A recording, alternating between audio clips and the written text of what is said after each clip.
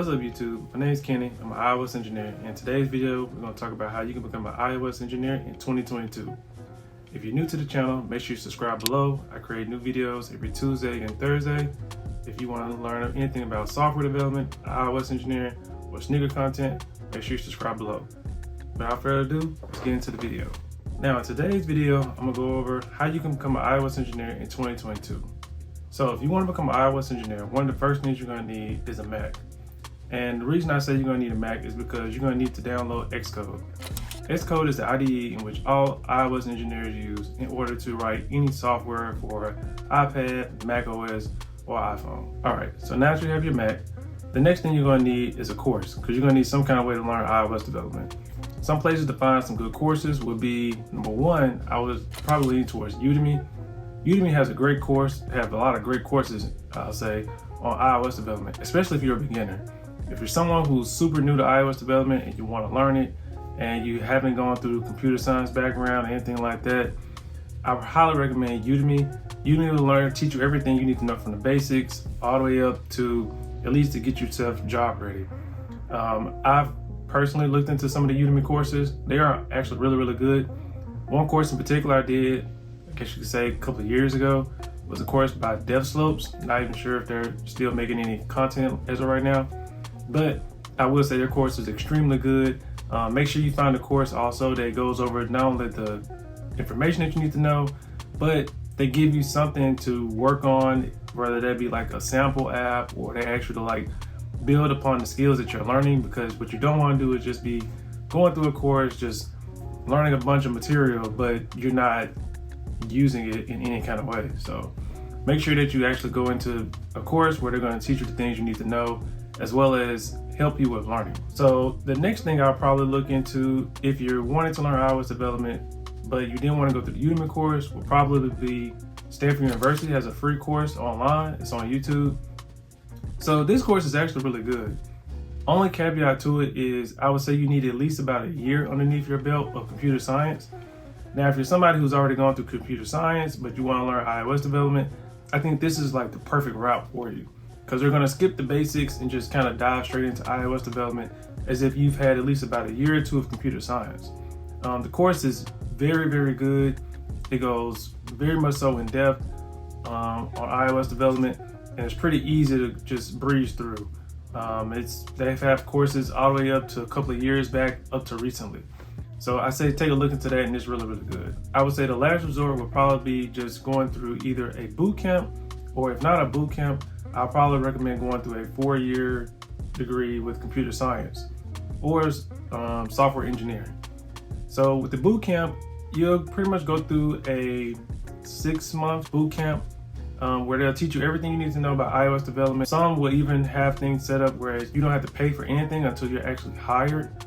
But make sure you look into whichever boot camp you decide to go with, because there are some boot camps where there's a lot of pros and cons to it. So just do your own due diligence and research on your own. If you go through the 4-year route, or as going through college, I think that's also another great route to go. The only thing about it is you'll end up going into, student loan debt, or you have to pay it out of pocket, which is pretty expensive. If you go the boot camp route, it's not as expensive as going through a 4-year college route. They will also help you get hired. Me personally, if you are a type of person where you feel like you can learn on your own and you can grasp some of those great concepts that's in iOS development, I would highly suggest that you just go ahead and go with Udemy first. Udemy is honestly, I don't want to say it's free, but it's relatively cheap. You can find some courses for as low as, I've seen them like $10 online. So I say go with Udemy first, see how that goes, and then if that's not the best route for you, then look into some of the other recommendations I gave earlier. All right, so now that you've actually gone through a course, the next big thing I would honestly recommend for you would be to actually build an app on your own. And what I mean by that is building an app and trying to ship it out to the App Store.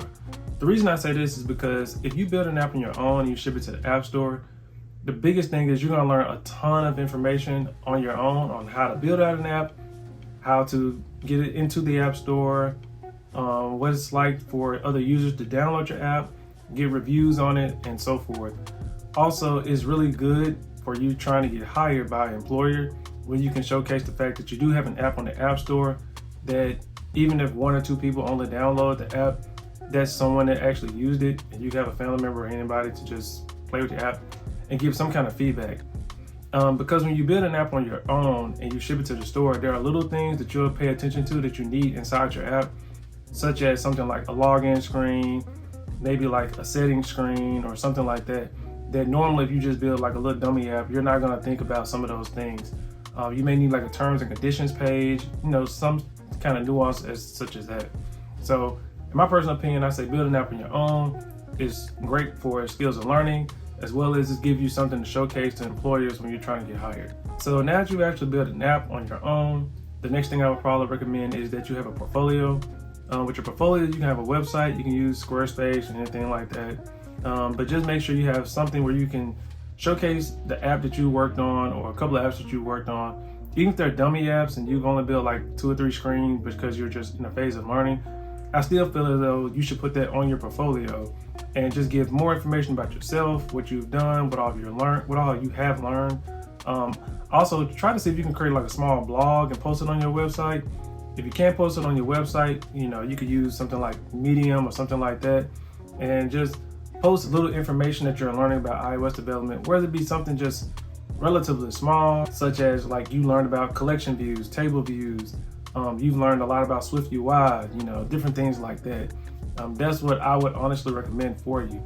And also, just to piggyback off of what I was mentioning earlier when it comes to learning iOS development, honestly, in my personal opinion, I would gear towards learning UIKit first and then moving towards Swift UI. I'll make a whole nother video later on the pros and cons of UIKit versus Swift UI, because I know it's a big argument in the iOS community as of right now. But me personally, since I'm a senior iOS engineer, I would just highly recommend that you go with UIKit first, then venture back into learning Swift UI. It'll just make your life much, much easier, considering the fact that some employers are only using UIKit at the moment and they haven't moved over to Swift UI. So it's just my 2 cents. So now you have your portfolio together and everything. The other thing I would like to say is make sure that all the projects you have worked on, you push them up to GitHub. So the app that you worked on, any small sample project you were working on, anything you were learning through the courses that you were doing, and they were having you build out those little small apps and anything, push all those changes to GitHub. If you don't know how to use GitHub, please look on YouTube and look up some courses on how to use it. But you need all those things that you worked on in a repository, because employers, when they're looking into hiring a junior iOS developer, they want to see a portfolio. Sometimes, even other times, they like to look at GitHub. I know me personally, when I'm interviewing candidates, before we go through the process of interviewing them, I do like to look at their GitHub account, see what projects they've worked on. Is the GitHub account up to date? If it is up to date, I want to look into the projects. It gives me a better sense of how the person codes and everything else. Now you have all your projects on GitHub and you have a portfolio. The next thing I would recommend is you go into trying to meet up with some other iOS engineers. So if you never heard of Meetup, download the app or use the website or whatever, but use Meetup to try to go out and see if you can meet with other iOS developers. Most meetups usually happen, I think around like once a month. I know for sure here in Atlanta, they usually meet up pretty often. Haven't been to one in a while, but I would say make sure you do use Meetup. Just link up, meet with other iOS developers. Sometimes when they have those meetup groups and everyone comes together, there are recruiters there in which you can talk to the recruiter, letting them know that you are a junior iOS developer and you're looking into getting hired. And it actually goes into the next thing, which I'll recommend, is make sure you create a LinkedIn account. The biggest reason I say you need to have a LinkedIn account, simply because of the fact that with having LinkedIn, you'll be able to meet with any recruiter. I won't say any recruiter, but tons of recruiters. You want to make sure that you list, again, those projects you've worked on, your website or blog that you have.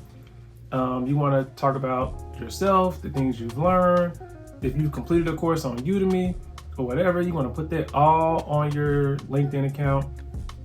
If you've met other iOS developers at the meetup, make sure you add them and you're friends with them on LinkedIn. It'll just help you out a ton. And also a little pro tip that I'll just give my 2 cents on is the header at the top. Make sure in your header you actually list that you are a iOS developer. Although you have not got hired as of yet, you want that title sitting in your header, just because when other recruiters are looking at your LinkedIn, first thing they're gonna see is you're an iOS developer, and they'll start sending you messages around what they're hiring and what they're looking for. And you wanna list out everything that you know, all those skills that you've learned through those Udemy courses or Stanford University course or YouTube or whatever. Just list all that inside of your LinkedIn account, and they'll just help you out tremendously. So now that you have your LinkedIn account, the next thing I recommend is that you go through the process of actually studying for the interview. So when it comes to studying for the interview, the first thing I say that you want to do is go online, look up iOS developer interview questions, and study all those questions that you end up finding. And it could be stuff that you may think that's basic, but I promise that most of the time when you come to those interviews, a lot of those questions that are online are probably going to be asked to you. So make sure you can answer those questions thoroughly and you do fully understand what someone is asking you when it comes to some of those things. Something just simple as basic as, just talking about like a table view, a collection view, memory management, threading, different things like that. Make sure you understand those things in and out, because you don't know how deep those questions could get that a person's going to ask you.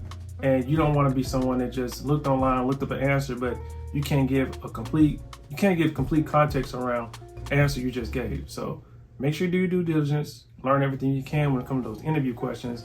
Also, make sure that when it comes down to going through the interview, that you take the time to just learn the basic things that you need to know for that interview, such as, how to download data, how to display data, and displaying data in different ways. You want to make sure you know those things.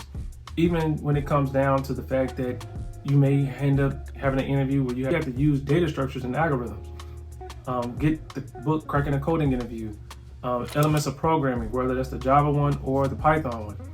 Make sure you learn data structures and algorithms, because you don't know what you're going to be asked in these interviews, but you want to be well prepared. So the last thing I recommend is make sure you apply everywhere. I don't care what company it is, don't just apply to 2 or 3 companies. If you have to apply to 70, 80 companies, hey, do that. What you're looking for right now is you're looking to get hired. And if you're looking to get hired, you want to make sure that you put your name in every hat there is possible of an employer that's hiring a junior iOS developer. And don't feel bad if you get rejected by a lot of companies. Hey, it happens. Not only just to junior developers, it happens to seniors, staff engineers. Just make sure you go through the process of interviewing with everybody. Don't feel bad if you get rejected. Just take it on the chin, move forward. It's not a big deal. Learn from the interview if you can. Look for any feedback that they give you, whether you answered a question wrong, whether you solved the problem incorrectly, whether your code structure didn't match what their code base looks like, which was, the reason you were knocked out of the pool of getting hired. Also, if you're not in a situation where you have to have a job at that moment, see if the company that you're applying to, if they don't hire you, see if they look for an internship, or you can go apply for internships. Whatever you can do to get yourself through the door is the way that you want to go approach this. Don't look at it as, well, I just want to work for Google, so that's the only company I'm gonna apply for, or Apple, or Facebook. Not to say that, some people can't get to those companies, right out the gate as a junior developer, they can. But just being 100% honest, that's not likely for everybody. A lot of people have to crawl before they can walk. So if that's the case, go through the process, learn everything you need to know for the interview, apply everywhere, have faith in yourself, believe that you can do this and you can learn this information. It's not hard, I know it's a lot of information to learn at one time. Totally get it. There's a reason why a lot of people go through a 4-year degree for this, so learn the best that you can, practice, whether that be, 3, 4, 5 hours a day in the evening time, whatever. Just practice and learn all you can, and you should be able to get hired, and, you'll thank me later. Just want to thank you guys for watching. Make sure you subscribe below for more content on iOS development, software engineering, or sneaker content, and I'll see you guys in the next one. See you.